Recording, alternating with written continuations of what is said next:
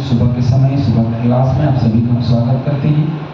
एक बार फिर से आज की क्लास में हम आगे बढ़ेंगे। बढ़ते हुए हम निर्गमन की किताब 28वां अध्याय जिसका हम अध्ययन करेंगे और जिसमें हम निरंतर आगे बढ़ते चले जाएंगे। राजकीय वस्त्र, राजकीय लोग, राजकीय वस्त्र, इनके विषय में आज हम चर्चा करने वाले हैं और देखने वाले हैं कि राजकीय वस्त्रधारी लोग कौन हैं, किनको यह वस्त्र पहनना चाहिए और किनको क्या, है ना।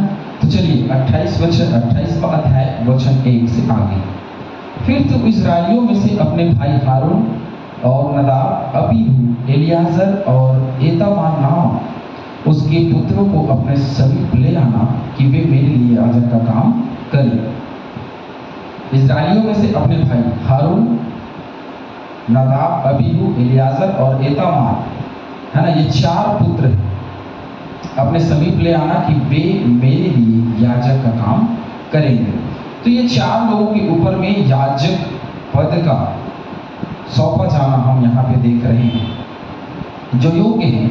और मूसा के बाद ये लोग जो हैं वो काबिल परमेश्वर के राज्य में दिखाई देते हैं। चैनल को लाइक करें, सब्सक्राइब करें, शेयर करें, ताकि बहुत तेरे लोगों तक ये क्लास पहुँच सके और बहुत तेरे लोग इससे लाभ को प्राप्त कर सकें। हालेलुया।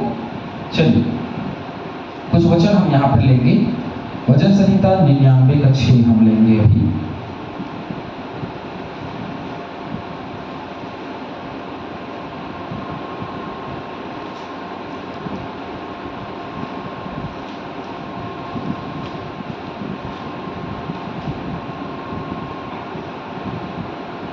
उसके याजकों में मूसा, हारून और उसके प्रार्थना करने वाले शामिल यहोवा को पुकारते थे और वह सुन लेता था।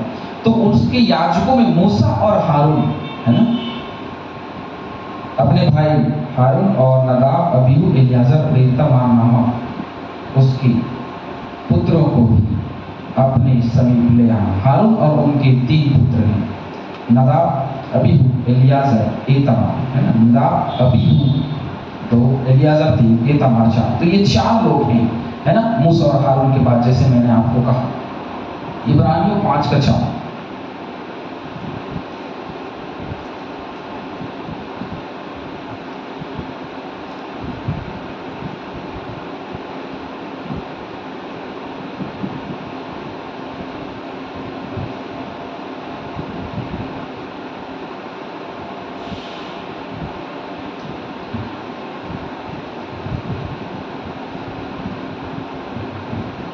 और यह आदर का पद कोई अपने आप से नहीं लेता जब तक कि हारून की नाई परमेश्वर की ओर से ठहराया न जाए। तो परमेश्वर की ओर से ठहराया जाना तय किया गया कि भाई हारून और नदाब, अबीहू जो उसके पुत्र हैं, उनको भी साथ लेना ताकि वे इस काम को किया करें। और वचनों को आप पढ़ लीजिएगा। गिनती 18:1 से 7, व्यवस्था 18:5, पहला शामिल 2:28 और इब्रानियों 5 का 1। इन वचनों को आप पढ़िएगा और देखिएगा। तो ये लोग हैं जो शुरुआत के दिनों में याजकों के काम करने लगे। याजक क्यों बनाया जा रहा है? ताकि वो पवित्र स्थान में जाए और पवित्र स्थान में जा करके, पवित्र स्थान में हर एक व्यक्ति का जाना भी तय नहीं था, है ना। यहाँ वो जाएगा, जनरल नहीं था वो, वहाँ वो जाएगा जो पद में है, अर्थात जो क्या है, जो याजक है वो जाएगा, और परम पवित्र स्थान में वो जो महायाजक है वो जाया करेगा। तो ये मंदिर के अंदर और बाहर और बलिदान को उसकी समीपता ले जाने के हर एक नियमों को हम यहाँ पे देखने पा रहे हैं। हारून मेरे याजक का काम करे, ये बहुत ही प्रमुख चर्चा है कि हारून याजक के रूप में चुना गया क्योंकि वो मूसा का बिल्कुल सहपाठी था। प्रभु ने हारून की महायाजकी सेवा से संबंधित निर्देश दिए स्पष्ट रूप से। याजक पद के सामान्य नियम, याजक वह व्यक्ति होता है जो लोगों के प्रतिनिधि के रूप में परमेश्वर के सन्मुख होता रहता है। हालेलुया। और ये उसके सन्मुख जाता था। याजक जो है वो उसके सन्मुख जाने वाला, परमेश्वर की समीपता में जाने वाला व्यक्ति उसको माना जाता है, और वो जाता था। उसके सामने लोबान ले जाना, दीपदान कर निरीक्षण करना तथा भेंट की रोटियों की मेज की देखभाल करता था, और साथ ही वेदी पर बलिदान चढ़ाना और लोगों को आशीष देना। वे मुकदमों का भी फैसला किया करते थे तथा व्यवस्था सिखाते थे। गिनती 5 से 31 के बीच में जब आप पढ़ोगे तो उस वहाँ हर एक जो याजक का नियम है वो पता चलेगा। और उसके बाद में व्यवस्था को सिखाने के विषय में यदि आप देखोगे तो नहम्याह 7 और 8 पर तो वे व्यवस्था को भी सिखाते थे। और हम जान रहे हैं, इसको बहुत अध्ययन करने की जरूरत नहीं कि कैसे मुकदमा वो लोग कैसे फैसला करते थे, उनको क्या अधिकार था, सब जानते हैं। परमेश्वर ने उनको हर एक लोगों के ऊपर ठहराया है, और वे न्याय भी करते थे और वे व्यवस्था की बातों को सिखाते भी थे, क्योंकि मंदिर में शिक्षा दी जाती थी व्यवस्था की बातों की। जैसे पौलुस कहता है कि मैंने शिक्षा ली, है ना। याजक परमेश्वर व लोगों के बीच मध्यस्थ का काम करने पर थे, है ना। तो ये स्वाभाविक है कि वे बीचवई का काम किया करते थे। लोगों पर परमेश्वर की इच्छा एवं वाचा की मध्यस्थता करना। यिर्मयाह 33:20 से 26 के बीच और मलाकी 2:4 से 7 के बीच में हम पढ़ेंगे तो देखेंगे कि कैसे एक याजक मध्यस्थता करता है। जबकि हम सब जानते हैं कि परमेश्वर की उपस्थिति में केवल याजक जा सकता है। तो हमारे बलिदान कौन लेके जाएगा? याजक ही लेके जाएगा, हम लेके नहीं जा सकते थे उन दिनों, और वो हमारे बीच का काम करता था, है ना। तीसरी बात, नए नियम के विश्वासियों के लिए यीशु ही परमेश्वर के लोगों का याजक है, जो सबसे प्रमुख बात जो मैं आप लोगों को बताना चाहता हूँ। जैसे इब्रानियों 4:15 पढ़िएंगे, इब्रानियों 9:15 से 22 पढ़िए, इब्रानियों 9:23 से 28 पढ़िए। तो वो हमारे हर एक निर्बलताओं को जानता है, हर एक बातों को जानता है। इब्रानियों 10:14 पढ़िए, इब्रानियों 4:16। तो इब्रानियों की पुस्तक को जब हम पढ़ते हैं, आने वाले दिनों में हम इसको पढ़ेंगे तो देखेंगे कि यीशु मसीह याजक और महायाजक के रूप में और व्यवस्था की कैसे उसने व्यवस्था को पूरा किया, इब्रानियों की पत्री में हमको देखने को मिलेगा, है ना। जब भी हम इब्रानियों की पत्री को देखेंगे, जब हम देखेंगे पढ़ेंगे तो हमको समझ में आएगा कि कैसे व्यवस्था और प्रभु यीशु मसीह ने कैसे व्यवस्था को पूरा किया, और कैसे व्यवस्था के साथ चलते हुए मसीह यीशु पर विश्वास यदि हम करते हैं तो व्यवस्था पूरी हो जाती है। वो हर एक चीजें हमको वहां देखने को मिलेंगी। लेकिन मैं जो कहना चाह रहा हूँ वो ये है कि हर एक निर्बलताओं में भी बल देने वाला परमेश्वर यहोवा, और उसने याजक के लिए हारून के परिवार को चुना, और याजक का काम मध्यस्थता का काम जो उनको मिला। और तू अपने भाई हारून के लिए वैभव और शोभा के निमित्त पवित्र वस्त्र बनवाना। तो वैभव और शोभा मतलब समझते हैं, जो वैभव राजा पहनता था वस्त्र, तो राजा का वस्त्र वैभव से भरा हुआ होता, उसको दूर से लोग देख के जान जाते थे कि भाई यही राजा है ना। वैभव और शोभा, जो शोभा देता हो, ऐसा नहीं हो शोभनीय वस्त्र नहीं, परंतु जो शोभा देता हो ऐसे वस्त्र को तुम क्या करना, उसके लिए बनाना, है ना।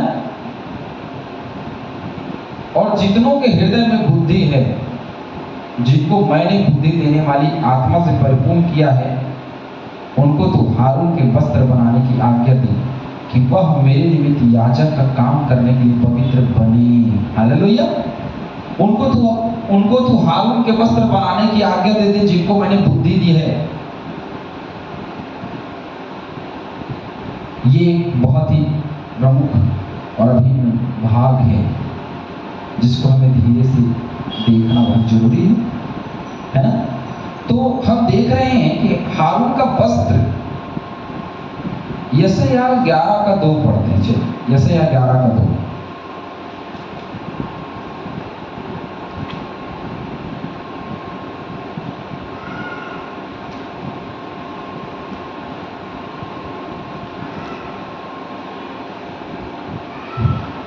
और यहोवा की आत्मा बुद्धि और समझ की आत्मा, युक्ति और पराक्रम की आत्मा, और ज्ञान और यहोवा की भय की आत्मा उस पर ठहरी रहेगी। यहोवा की आत्मा, बुद्धि और समझ की आत्मा। हालेलुया। तो तो यहोवा की जो आत्मा है ना, बुद्धि की आत्मा भी है, वो बुद्धि भी देता है। जैसे सुलेमान को बुद्धि मिला है ना, तो वो बुद्धि की आत्मा है। 12 साल का लड़का जो है वो सदूकी और फरीसियों से बहस कर रहा है, ये परमेश्वर की बुद्धि की आत्मा है ना। तो बुद्धि की आत्मा से जिन लोगों को मैंने परिपूर्ण किया है, उनको बोलना कि वे वस्त्र को तैयार करें। जो वस्त्र उन्हें बनाने होंगे वे ये हैं। अब कैसे बनाना है बताया गया। सीना बंद और एपोद और बागा, 4 खाने का अंगरखा, 4 खाने का अंगरखा होना चाहिए। पगड़ी और कमरबंद, ये ही पवित्र वस्त्र तेरे भाई हारून और उसके पुत्रों के लिए बनाए जाएं कि वे मेरे लिए याजक का काम करें। तो पहले सीना बंद और एपोद और बागा, 4 खाने का अंगरखा, पगड़ी और कमरबंद, ये ही पवित्र वस्त्र तेरे भाई हारून और उसके पुत्रों के लिए बनाए जाएं कि वे मेरे लिए याजक का काम करें। अब ये जो सीना बंद है उसके विषय में हम देख रहे हैं, चलिए देखते हैं। इस वर्गाकार पर 12 छोटे बहुमूल्य पत्थर 4 व 3 की पंक्तियों में लगे होते थे। इन पत्थरों पर इज़राइल के 12 पुत्रों के नाम खुदे हुए होते थे, है ना। एपोद एक ढीला ढाला और आस्तीन का घुटनों तक का वस्त्र होता था, है ना। एपोद जो है वो ना ढीला ढाला, बगैर आस्तीन का, कोई आस्तीन नहीं, घुटने तक का वस्त्र होता था। इसे याजक अपने वस्त्रों के ऊपर पहनता था, जो एपोद है ना। तो हमने 2 चीजों के विषय में चर्चाएं की हैं जो बहुत प्रमुख हैं, एपोद और सीना बंद, है ना। 4 खाने का अंगरखा मतलब हम सब जानते हैं अंगरखा क्या होता है, पगड़ी भी जानते हैं, और कमरबंद पाटुका, है ना, जो हूबहू अभी आप CNI के पासवानों को देखेंगे, लगभग वैसे ही वस्त्र। और उन दिनों में वैभव के वस्त्र हुआ करते थे, उसमें बहुत सारी चीजें जो है मढ़ी जाती थी। जैसे आगे अब जब पढ़ेंगे 5वें पद में, तो वहां स्पष्ट लिखा है, और वे सोने और नीले और बैजनी और लाल रंग का सूक्ष्म सनी का कपड़ा ले। सोने और नीले, तो सोने से मढ़ा हुआ, तो सोना उसमें वैभव दिखाई देगा ना, सोने में तो वैभव दिखाई देगा, तो वैभव का वस्त्र तैयार किया गया। बस जो देखते हैं आप पासवानों को पहनते हुए, उसी में सोना मढ़ा हुआ, चमचमाता हुआ, दूर से दिखाई देने वाला शोभायुक्त यह वस्त्र उनको पहनाया जाए। हालेलुया। और वही वस्त्र प्रभु यीशु मसीह के रूप में हमें दिया गया, जो ज्योति दूर से चमकती हुई दिखाई देती है। आमीन। परमेश्वर हम सभी को बताया आशीष दे।